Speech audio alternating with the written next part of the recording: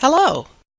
That's the operative word. We're going to learn to write a program that says hello in whatever language you choose. Somewhere along the line, I heard a statement in my career, the first program beginners write is hello. And I was like, I had never heard that. And I guess maybe I'd been programming 20 years or so, but ever since then, I've made hello the first program that my students write. For instance, the example I used was say hello in French. Notice how at the top of the form it says that. We have a blank form, a button that says click me, and then it says hello. So that's what we're going to aim for in this series of videos. The first thing you're going to need to do is to start up a Visual Studio project. Now I'm running, I'll be doing Visual Studio 2010 on a Windows XP computer. It doesn't matter what version you have. They're all very, very similar, and you should be able to adjust. So I'm going to pick Visual Studio 2010. The next thing is down here. I pick this piece that says Microsoft Visual Studio 2010. Sometimes if you have a home version for some of these compared to a lab version, there's an extra layer in the lab that you don't have at home. You'll figure it out.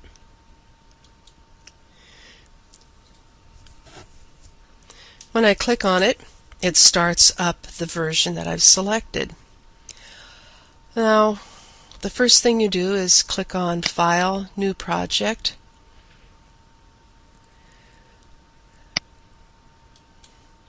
And that will load the stuff that you need to start. We're doing Windows applications. Make sure it doesn't say something else, but that should not be a problem generally speaking. And here's the first gotcha. Very early on, you need to put the right program name in. If you don't, you're going to get deductions your whole semester. So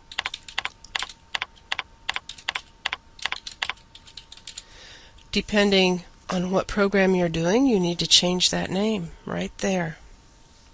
It'll be different in the different versions, a different spot.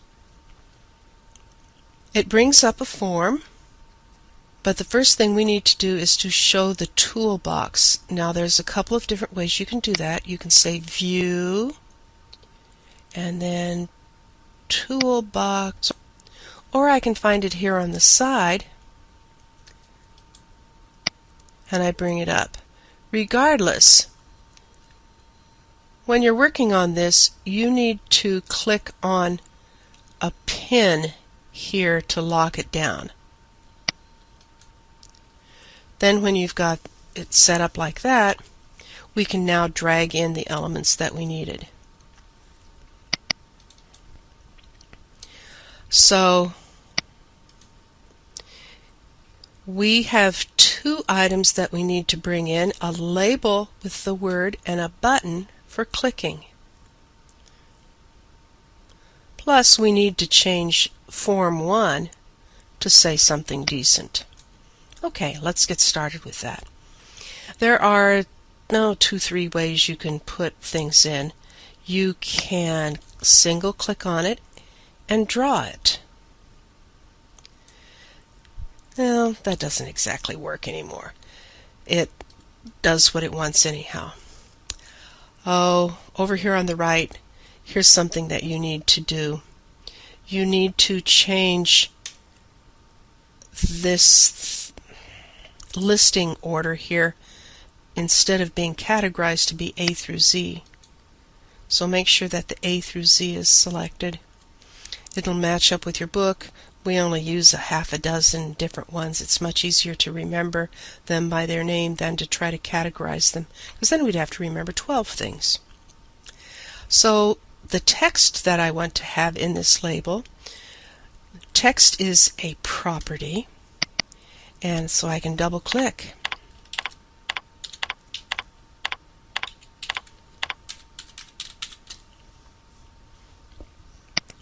Just click away or something, and there it is.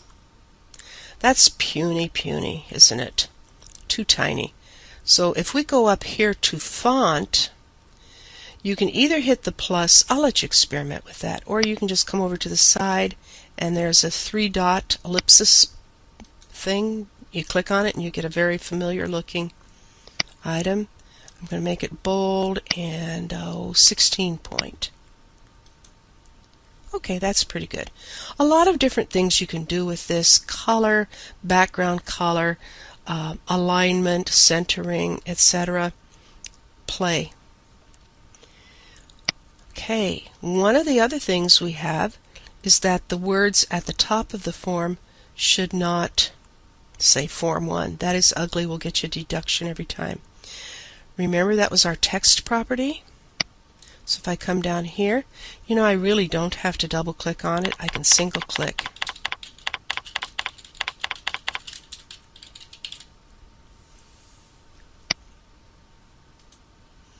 And it changes the text property. Then the third item we needed to put on here, or the second object I should say, was a button. Just double click on it. Puts it wherever it wants to. It has a logic, but that's too much work to figure out. Then just drag it to where you think it should be. And we can change the text on that. Oddly enough, take a look over here at the right. See, text is gray, and I can start typing. And it knows that I mean to do text.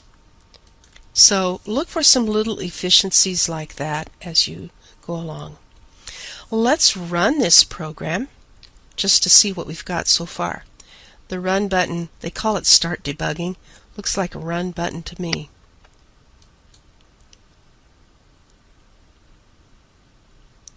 So when my program comes up, we don't want hello to be showing. We can see that we have a problem right away. Let's go ahead and fix that, and two other things while we're at it.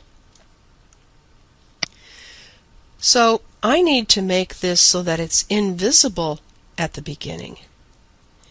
And that is the visible property, and I need to change it to false. It's a toggle, T-O-G-G-L-E. So I can just double click on it and it'll change it to false. Now when I run it, hello is not showing.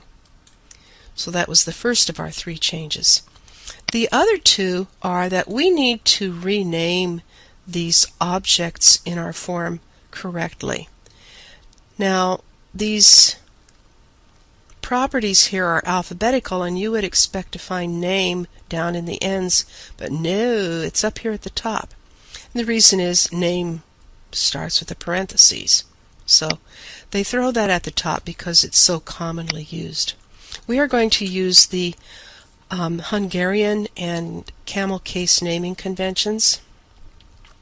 Hungarian notation uses three-letter prefixes at the beginning of each object that describe what it is. So a label is an LBL.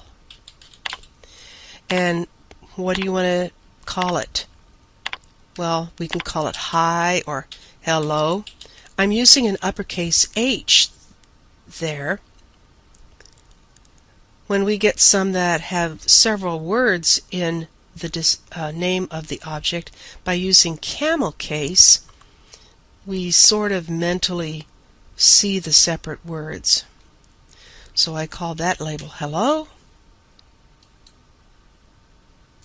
And this next one, button, BTN, is what button starts with. Button, click. So now we've made the three changes that we needed to do. This would be a good place to break. So see you back in a few minutes.